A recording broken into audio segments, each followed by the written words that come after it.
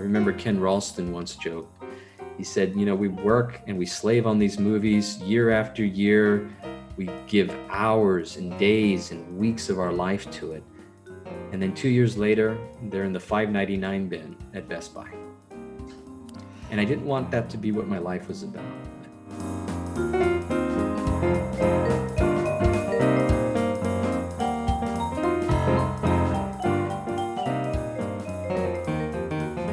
So, Jody Echegarary, I want to thank you for joining Cup of Joe. Thanks, Joe. Like a few people now, I've said, we previously worked at the orphanage. That's why we got to know each other. But I've been looking at your background here. And so I'd like to go through your background a little bit and then maybe ask a few questions, probably relating to the old days and to your newer career. So Sure. This is Dr. Jody Echegarary. Yes. Do you go by doctor or do you? I only when I'm making dinner reservations or dealing with the IRS. Gotcha. We're doing podcasts. All right. So Jody is a clinical psychologist, clinical supervisor at a counseling service in West Los Angeles. He originally went to school at Cornell University and University of Texas. So New York and Texas. You're starting right off with some balance. It looks like you started as at Cosmo Street, but really Boss Film Studios is where you got your first movie, I think, Air Force One as a VFX coordinator. Moved on to Metro Light Studios, where you were a VFX producer. So like Aaron Finger, a quick rise up to producer ranks. This was for some episodes of To the Earth, or From the Earth to the Moon, I think was the title of it. And somewhere in there, and I couldn't quite figure out where, you worked on Starship Troopers. Is that correct? Was that? Yeah, on Boss Films, at the very tail end of Starship Troopers, Boss Films was brought in to do some of it was the asteroid crashing into the ship sequence. I don't even recall the name of the ship after all these years. But we got asked to do some stuff after the director was not happy with the visual effects house that was doing it, as I recall. And we came in, did some miniature shots, and basically put it together a little sequence. I know ILM did some shots there. I was at ILM at the time. Hopefully that wasn't I don't think they were doing asteroid sequence. So I think they're off the hook. But Starship Troopers was actually sort of the test project for ILM to do Phantom Menace, which was sort of the inside knowledge thing, because they had to start doing all these space models again. And so it was in fact sort of their R&D project for the upcoming Star Wars films. But back to you. So it really started to pick up there, I think, with Sony Pictures ImageWorks, where you worked on Hollow Man, you worked at Stuart Little, you worked as a mocap producer in a digital technology realm. And that was like around 5-year stint. Some unique aspects to your background still that I found kind of interesting. Like I know when I go to sales meetings and in the sales side of things, other tech will say, you're the only guy here with an IMDb page. And it's kind of fun. But I noticed you're probably one of the few folks in your psychology realms that have a patent in capturing facial and capturing facial and body capture. I saw, as I was doing research, that you actually are attached to a patent. It's probably linked a bit to the Zemeckis 2. In fact, when I first saw it, I thought, hey, that looks really familiar. And then I realized, oh, this is the headset we were using at Image Weavers Digital for Zemeckis later on for mocap. So what was about this patent about, and what was your part in it? Tell us a little bit about what that stage of motion capture especially was like. I think it arose out of what we were doing on Polar Express, which was a unique project for me. At the time at Sony, I didn't know anything about motion capture, or what we perf cap now, or virtual production, I guess is the au courant term. And at the time, there was no system that would enable us to do body and facial at the same time.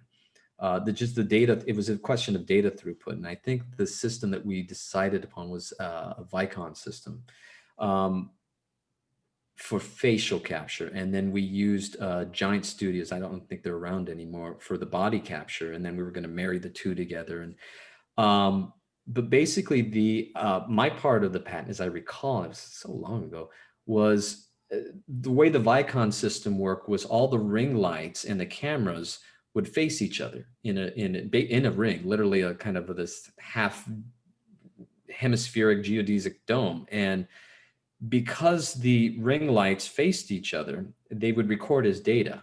And so you had these massive data spikes. And so I think I had the idea of, okay, let's just put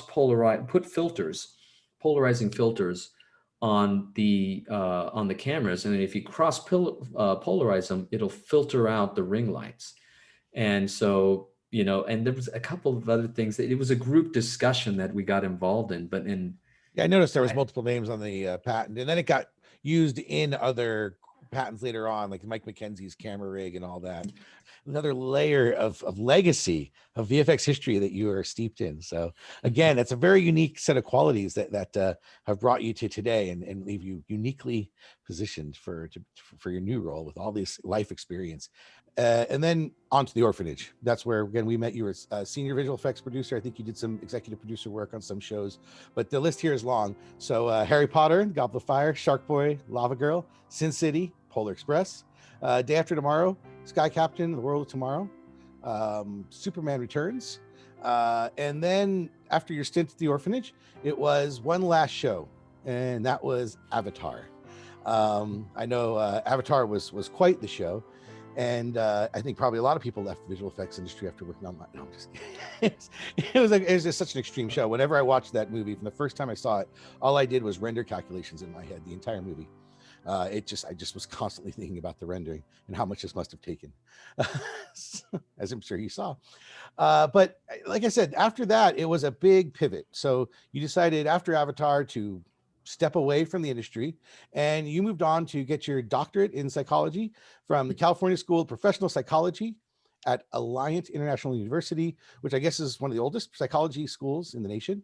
And your focus, from what I've gathered, although it's pretty wide focus, is on family, individuals, couple psychology. You also specialize in career stress and burnout, which obviously caught my eye for talking this crew, this particular audience. Career and life transitions, mind, body, spirit connection, the influence of media consumption, personal psychology, including media addiction.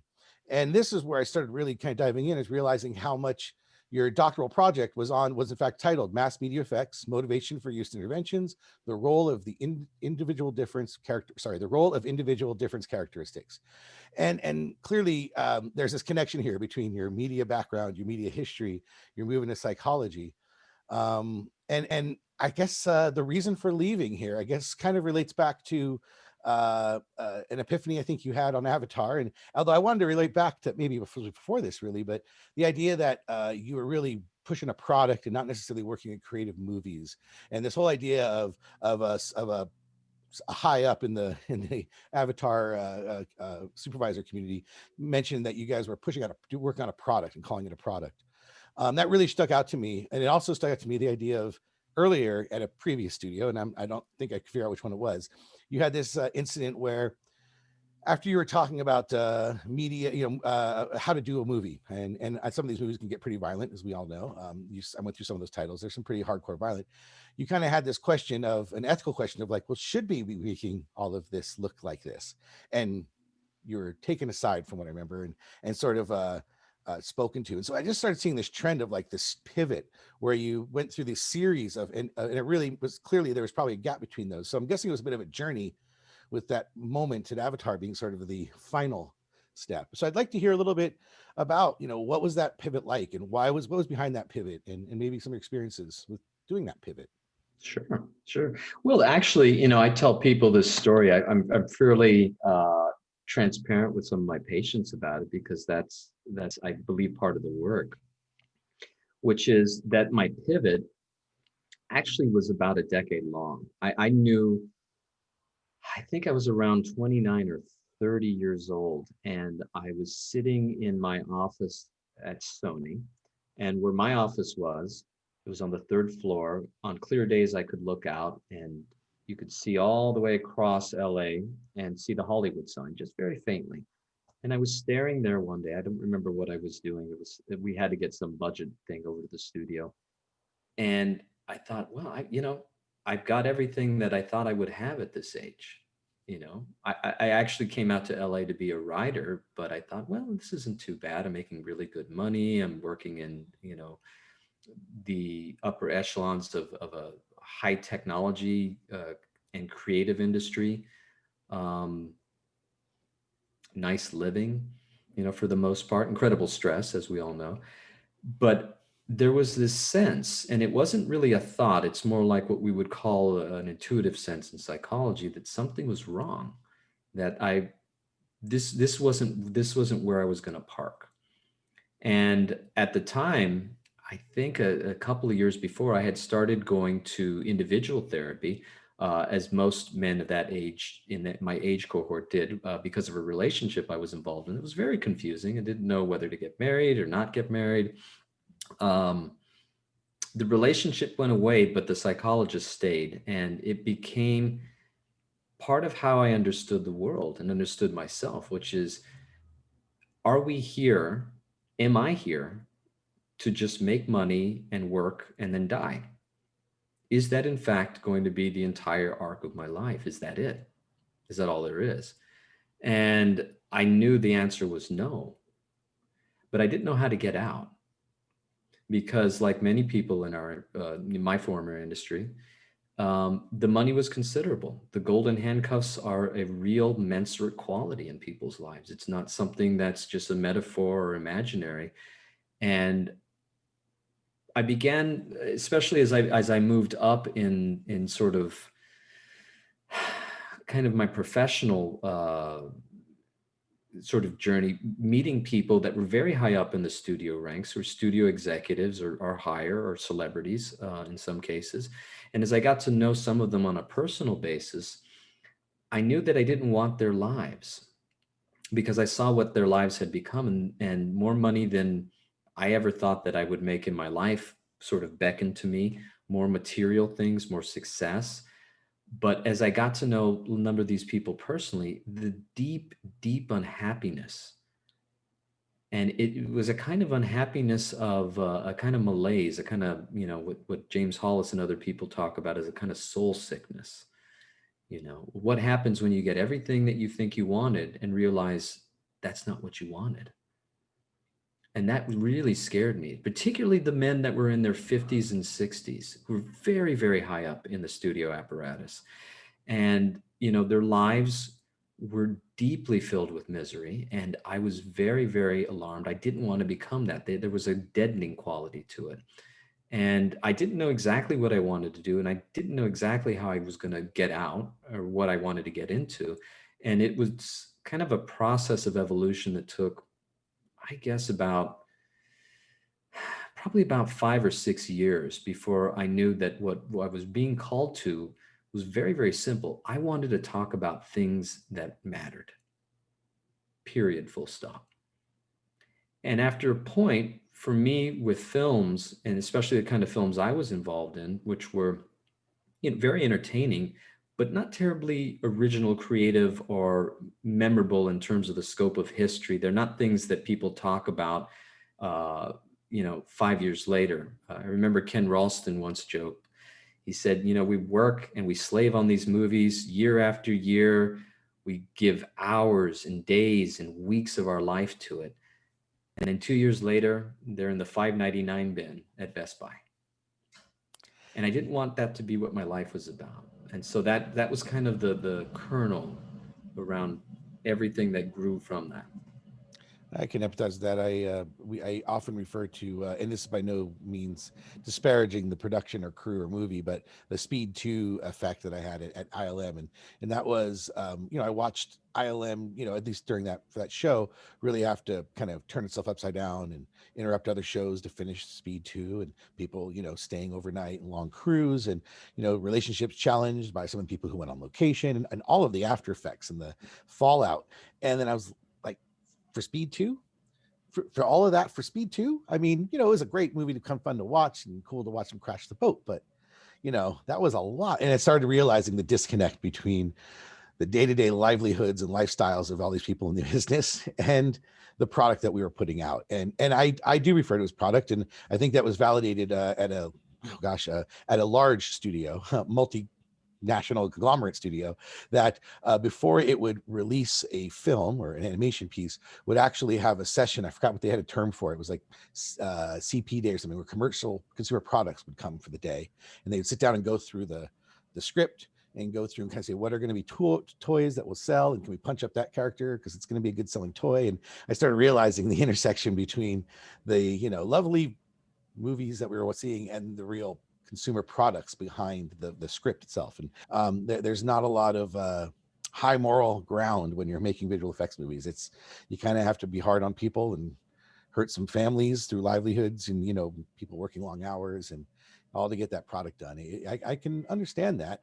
Now, the link between your pursuit of the effects of media on society and on people and human beings individually, really, I guess better to say, and your background in media, is that I'm guessing that's not a coincidence, that this must be a relationship between those two.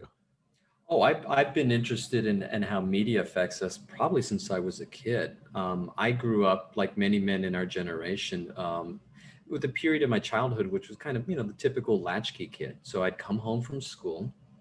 I remember very, very clearly being 7 or 8 years old, um, 3, 4 in the afternoon, coming home and then turning on the television. And what I would watch was Star Trek, our science shows, or whatever was on in the 70s. But I just remember that in the absence of sort of robust parental oversight at that age, and guidance, that became a second family. I mean, these characters became, we can talk about them from a Jungian sense. Maybe they were archetypal, but they became, for me, very much sort of aspirational. Like, I really identified with the triumvirate of McCoy, that earthiness, that common sense, that sort of, being able to call BS when it's BS, with Spock, that sort of incisive logic, and then with Kirk, that was sort of like, those were poles in my personality structure. And to see it echoed back as a child, it was kind of reinforcing, saying, well, this is how then to go through life. And it wasn't a thought, because kids that age, first of all, the frontal cortex isn't that developed to form a logical structure. But it was more of a sense. And so I knew intuitively that media had impact. I've always known that. By the time I got into undergrad, I think it was at Cornell, and then really started studying both the science that interested me, but really also media effects. It was the first place that I had real deep exposure to what were the scholarly sources saying at the time in the late 1980s, early 1990s, about media effects. And we were still looking at communication theory through a very, very simple lens, which is that they called it transactional communication. So I say something and then you say something, then I say something and you say something, and we're giving each other something, right? It's transaction. The models today are much more sophisticated. They're more what we would call ecological, which means that media represents one strand of the total ecology of things that we are exposed to, our families that we grow up in, our peer group, and then just kind of the background canvas of society. I mean, we grew up in a capitalist society, but if we grew up in East Africa, we would be a little bit different. If we grew up in, communist China, we'd be a little bit different. So context matters. Context is king, as we say in psychology. And that's where we are today. But back then, it was very much the idea that media does something to you. And media is something out there, which was probably true in, 1985, 1986, 1987. Media was something you go to. Now, media is something that we are in. I mean, we're doing something right now. You're part of media. I'm part of media. Oh, absolutely. That's the parallels and what you talked about in regards in the past regarding social media, which, I mean, when your doctoral, which I did not read the whole thing, but it seemed to be more looking at kind of back at traditional media and historical studies and such, and really social media, even at the time of your uh, paper, which is only what 7 years ago, was it just wasn't quite what social media means today. And so you had mentioned things like creating a diet. I think the quote was, what are you putting into your psyche, and how and the way that we make connections and identify, create our own brand, whether or not we know it or not. I like Mhm. I in truth be told, I very much am cognizant of the brand that I've been putting on Facebook and LinkedIn for, gosh, greater than 10 years now, and LinkedIn, and now YouTube, very much. I mean, if my wife has health problems or we had a rough time and saw a counselor, you didn't see that on Facebook, right? But what you did see was, of course, what we want the world to see, and we've generally crafted that. And I think, luckily, a good portion of us at this point, like the youth, are becoming very savvy about that. That's the reality. That this, but now with COVID, right? I mean, that idea of media and social media really starting to define who we are, whether or not we like it or not, or define how we're perceived to the outside world. Do you have any fears about, like, we've dived in full scale with COVID? I mean, it's changed and not changed, amplified that effect, I think, in the last year more than ever before. And so, I imagine you're seeing those effects in your own practice, but Oh yeah. what are some of your concerns or thoughts about the COVID launch into this new? Well, I think it's catalyzing something that was already happening. I mean, the present moment that we find ourselves in this hyper connectivity and this idea of sort of immediate 24-hour presence, but it's something that has been written about since the 1980s, but it was written about, of course, as most kind of prognostications about where our culture is going in science fiction. That's where things tend to emerge in, what we might call the collective. Philip K. Dick, William Gibson, Bruce Sterling, these people were talking about the, dangers of this kind of hyperconnectivity, sort of cyberspace mediated identities and lives. I mean, this is a very old conversation. Technology's caught up to it. And it's kind of baffling to me that they were writing these dystopian worlds not as, boy, this is someplace we should all go live and let's jump into this gleefully, but they were writing it as a warning. And certainly, at least the people that I work with, which are typically, the age range of my practice is anywhere from early 20s to late 70s. What true across the board, I would say, is the fact that people are recognizing they're hungering actually for authenticity. That connection isn't virtual. Connection is something that people do and have known how to do up until very recently for thousands and thousands of years of recorded civilization. It's the immediacy of presence. Every technological advance, basically, if you look at it in terms of communication, is also kind of limiting the bandwidth. And by bandwidth, I mean not the actual bandwidth in a technical sense, but I'm talking about the immediacy of communication.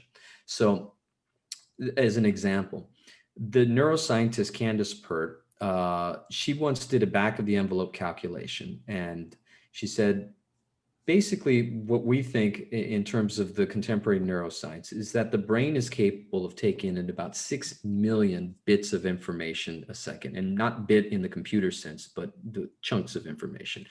That includes perception, which means all your five senses, right? That includes interoception and proprioception, which is the sense of where your body is in space and sort of the feeling of your body. It's the kind of sense that tells you, hey, I'm hungry, or hey, I need to go to the bathroom, or hey, I'm sleepy, right?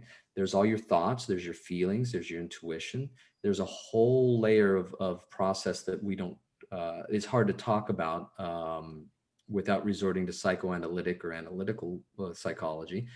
But of those 6 million bits every second, you were only able to be aware of about 5,000.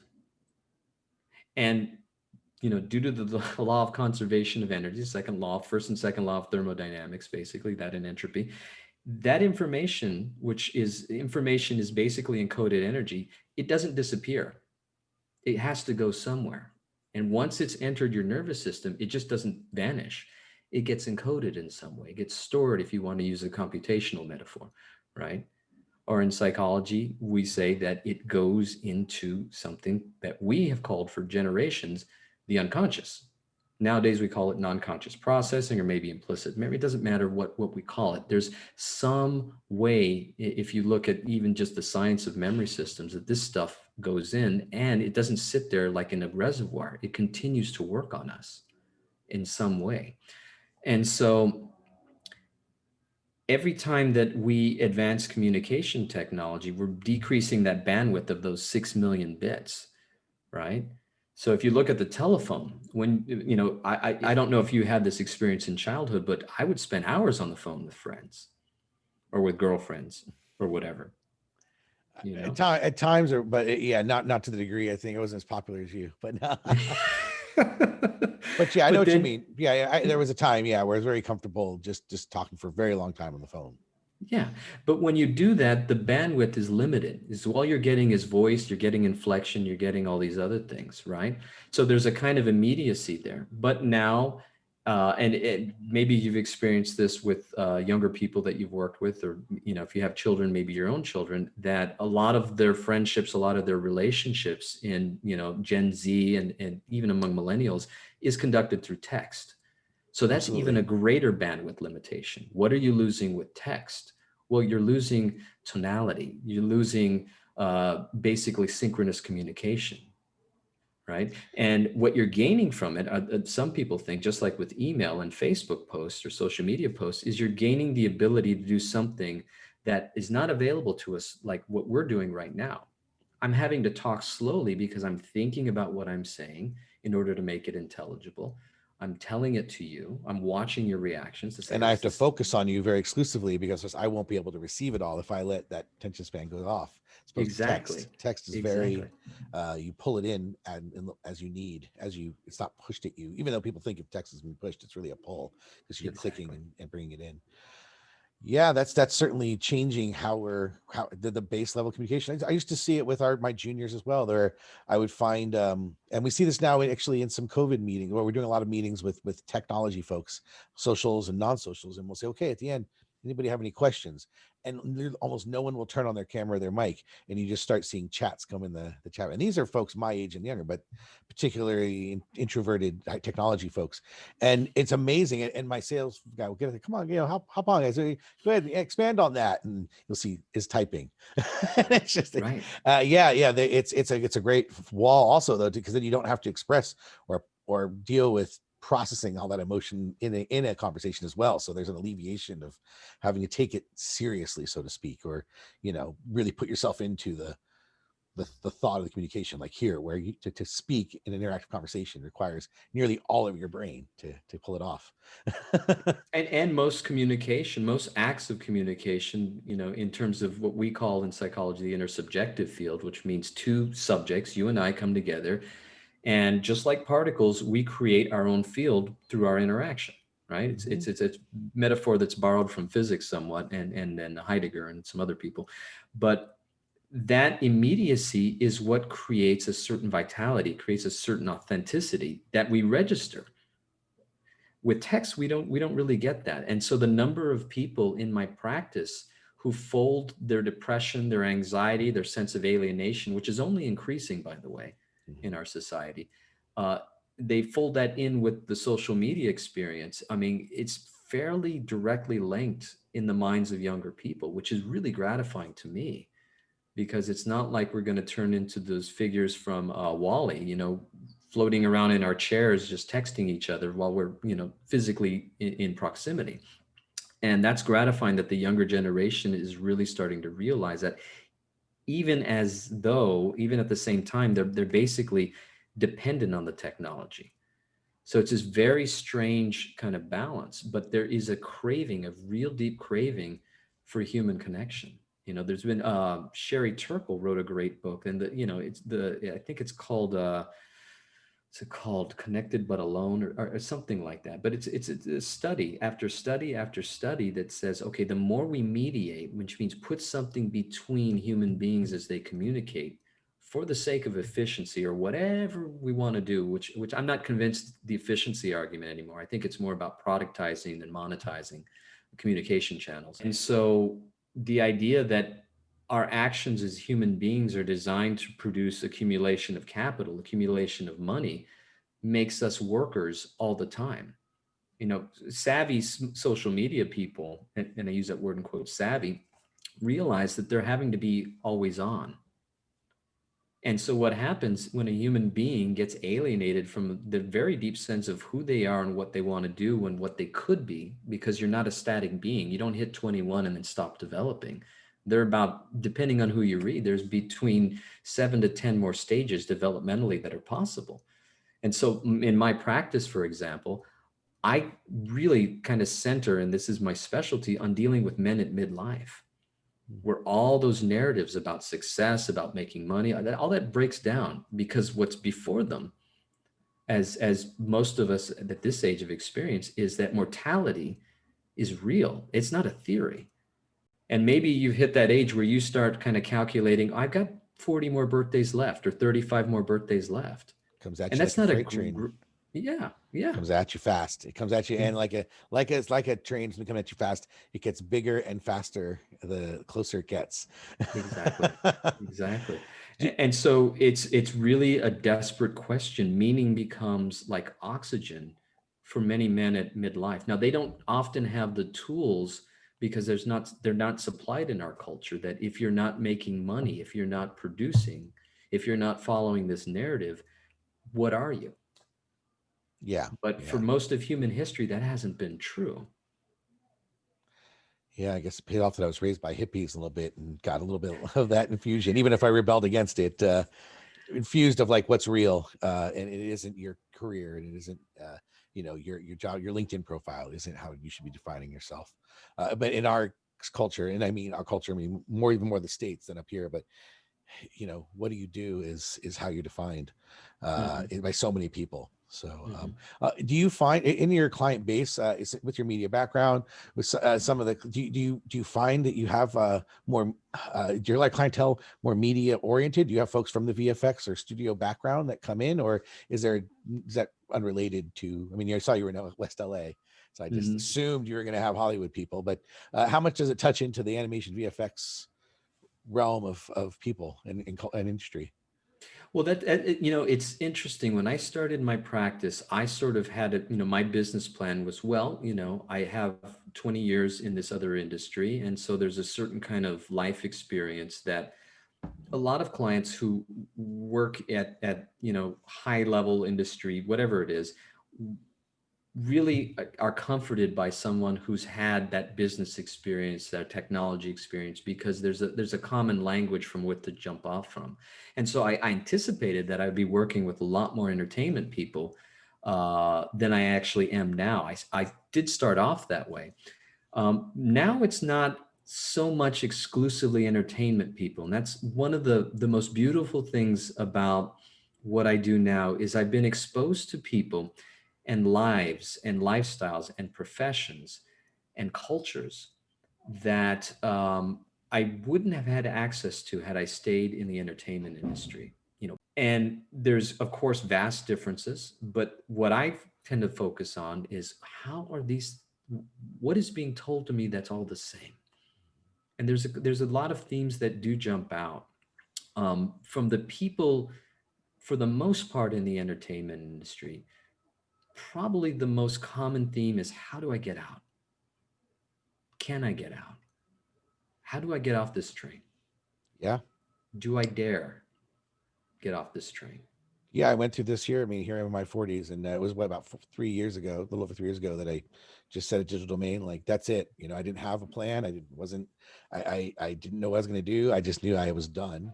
And even though I am still in the visual effects industry, I am from the sales, vendor side, which is Mhm. much more 9 a.m. to 4:30, and holidays off and weekends.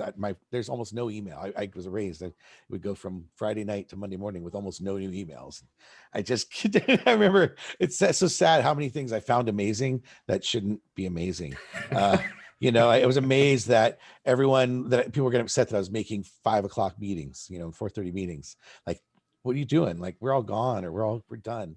And it took me a while to realize, oh, we've completely, the boiling frog principle here. We have completely lost the sense in visual effects animation of what a normal job, of what 8 hours feels like, and eight Mhm. hours with a lunch. Mhm. Like Mhm. and so I did go through that same classic phase that so many did, and found a real sweet spot with where I'm at now, where I get to play in the industry, so to speak, right? But I don't have to Mhm. manage a show, and I don't have to deal with Mhm. renders, getting calls in the middle of the night. And so I did find a balance, and so I do like it when folks step out and maybe are able to stay in the industry but leave the studio system. Mhm. It's not for everyone. My wife, who's doing 50-hour weeks downstairs, she loves it. It's what she wants. Mhm. I just was done with it. So I'm sure you hear that a lot. And for those, that's this Life After VFX series is really about that. It's about that it is safe to leave, and that most of folks that leave visual effects animation go on to find fulfilling jobs and careers and life changes. Every person, I don't know too many people who've done it and regretted it or decided to come back. I mean, there's a few come back as the money and things come up, but for the most part, this hopefully this series points out, and you being just another example where you saw a different direction. Of course, and I think you mentioned this, the golden handcuffs. This is something was brought up in some comments on previous interviews I've done is, I don't focus on that so much, but there's a financial risk, a financial hit that comes with it. That's part of the risk. But again, most folks, and I always stress this, if you've managed a visual effects show, if you've been on shows and been promoted through the visual effects and animation industry, I promise you possess all of the life skills and the work skills to succeed in most careers. You don't get promoted. It's a very meritocracy. It's a meritocracy. You don't get promoted too much in the visual effects and animation industry unless you have the talent, the skills to pay the bills. So if you've made it to one of the most high stress environments there is, like the entertainment business, and got years of work, promotions, you're good. You're good with most whatever else you choose. You've got your life skills, you've got your work skills. And I think that's something I try to reinforce to people all the time. You don't need to stay in it. And there's certainly enough young folks coming into the market. The studios will be fine. I occasionally hear people literally like, well, I don't want to leave the studio. It's like, studios will be fine. Every single one of them, as valuable as you are, they'll be okay. So I'm glad that you mentioned that, and that is a common, in as people approach their 30s or 40s, they pivot, and sometimes they coalesce. I know folks become trainers, and their entire trainer, the personal trainers, and their entire clientele is visual effects people. You don't have to leave the industry either. You can go to the parties, you can become part of visual effects society even after you leave. You can have all the fun part being in the industry and just not the stress. And if God bless people that can do that, because it really is it is, at least in my experience, it's been a confrontation with with meaning at some point. It's like, what did my life mean? Some of the toughest and most heartbreaking cases I've ever worked on were with men at the end of the road, at the end of the life, the lifespan, basically, who, despite whatever material success, in some cases massive material success, had nothing that they were leaving behind. I'm not talking about children. I'm talking about the sense of, what did this all mean? What if it meant nothing? It is not it is a crushing and heartbreaking thing to behold. It's very hard to sit with, and I would really encourage people to avoid that if all possible, because I've seen so much of it. As you do deal with folks who are deciding to leave or thinking of leaving the industry or leaving whatever entertainment or path they've chosen, in this case VFX animation, is there some kind of something you always mention? I know everyone's very different, but is there some general principles that you like to reinforce with people who are thinking of leaving that they should keep in mind? Well, one, any transition, first of all, any meaningful, deep life transition is going to take about, all told, between 7 and 10 years. So it's not a light switch. For me, I had to go back to grad school. The academics weren't the hard part. What was the hard part was the thing I never saw coming, which was going from the entertainment industry money to zero income, living in Los Angeles for 5 years. That was that stripped away kind of identity that I didn't even know that I had, like nothing else. And so the first principle is that any meaningful transition involves sacrifice. If there's not a sacrifice, it's probably not going to mean a whole lot. Something's going to have to be given up. You don't get everything. For me, it meant giving up income for a little while. And then it all reversed itself after a number of years. But it was terrifying. It was absolutely terrifying. It was terrifying and humiliating and demoralizing and saddening for me to be working for free as an intern with people who were 15, in some cases more than that, years younger than me.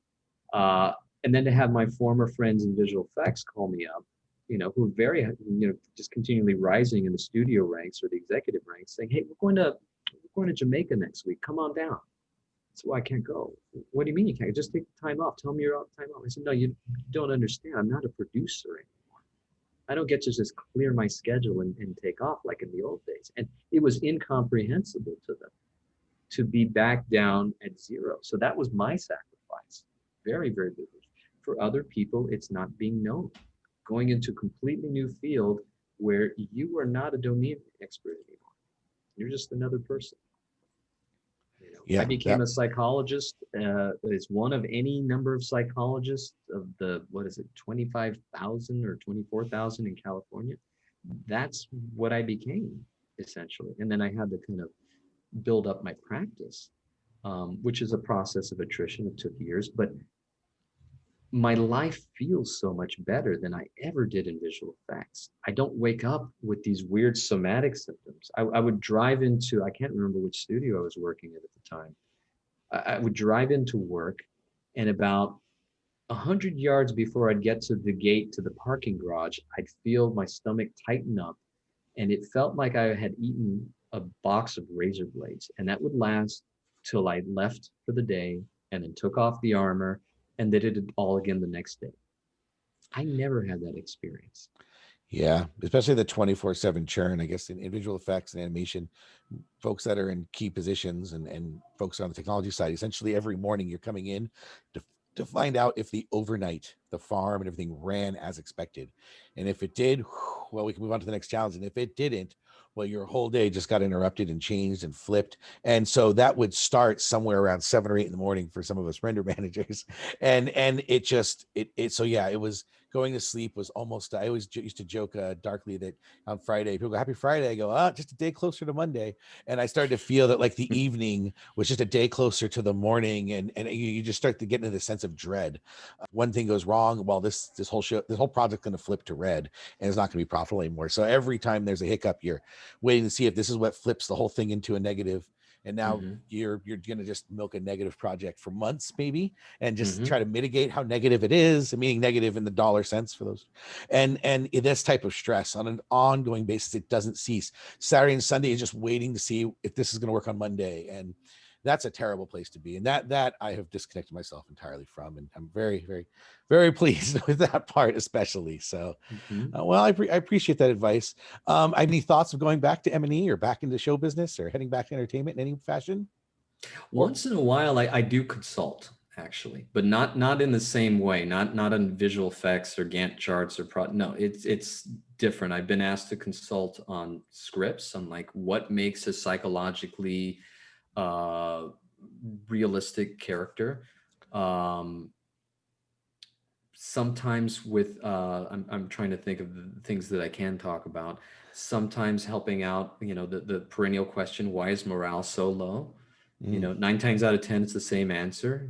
Management will say, well, why is morale so low? Can you talk to some people and do okay? And then you have to come back to management. So, well, actually, the problem is you. Yeah. Yep.